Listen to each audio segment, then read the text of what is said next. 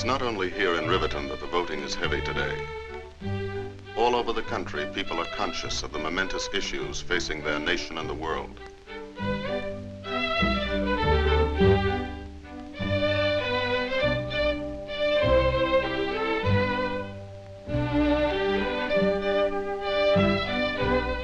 This is their way of expressing their conviction of how and by whom these issues should be met.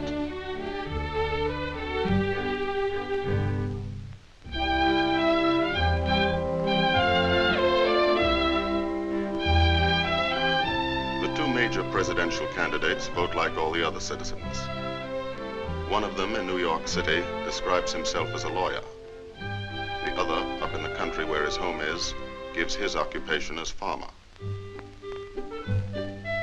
For those who cannot come to the polls, an absentee ballot is provided, and the voting is supervised by the local notary. This is the same kind of ballot that in this wartime election is sent to members of the armed forces at home and abroad.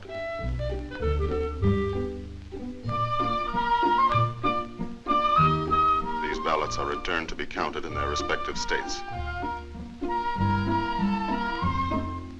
Here in Riverton, the line grows longer.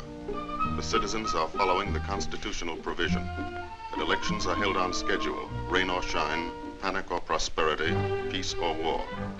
That chalk on his sleeve is part of yesterday's history lesson, when Mrs. Dawson reminded her pupils of two other memorable elections. In 1864, with the nation in the throes of a civil war, Abraham Lincoln, one of America's greatest presidents, was opposed in a bitter campaign by one of his own generals. The people chose to re-elect Mr. Lincoln. In 1916, during the First World War, an election was held. And now again in 1944. Early in the summer, nominating conventions are held.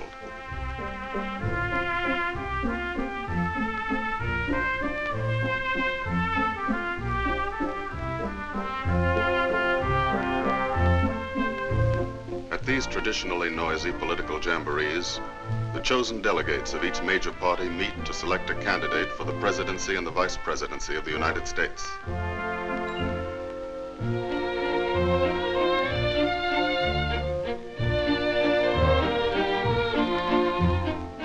Now the candidates have been chosen.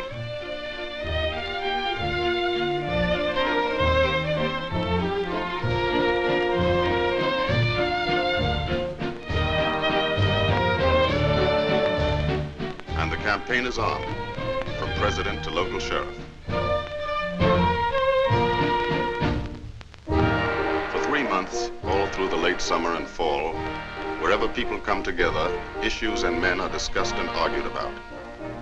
Some feel that this isn't altogether a good thing, that a lot of time and energy are wasted this way. It may be, but that's the way Americans like to do it. They like to feel everybody has a right to speak and is interested enough to do it. Even the small fry. Every attempt is made by all parties to influence the people's thinking.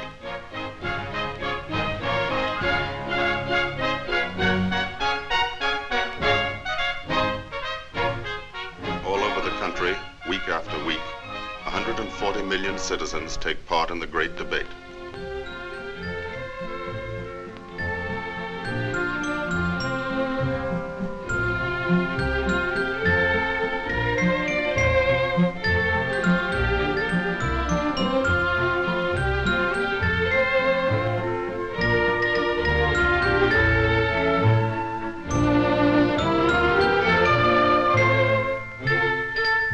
Business, professional, and civic groups endorse one candidate or the other.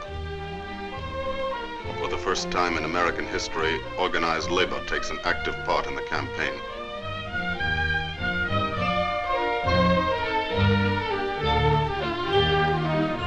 Radio plays a greater role than ever.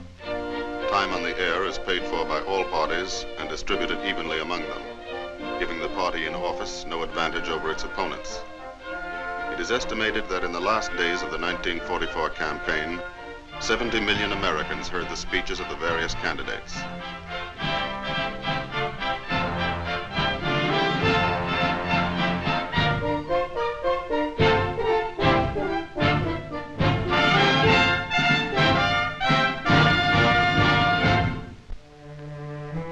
Now all that is over, the heat and excitement. The votes are cast, and Americans have agreed to accept the will of the majority, whatever it may be. Apparently, even the younger generation has declared peace. Now the election board begins its last duty, the counting of the votes. The figures are checked and double-checked.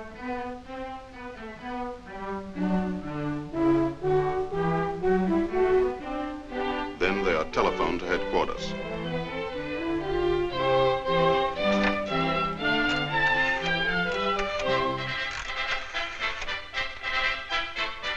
Hello? This is Mrs. Dawson, 7th Precinct. Ready to report. From coast to coast, precinct by precinct, city by city, state by state, the results are recorded.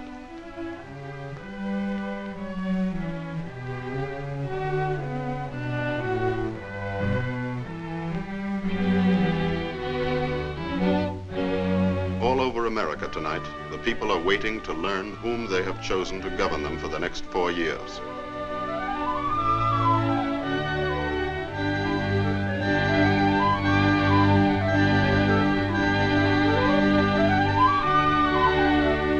Towards midnight, the final results are announced.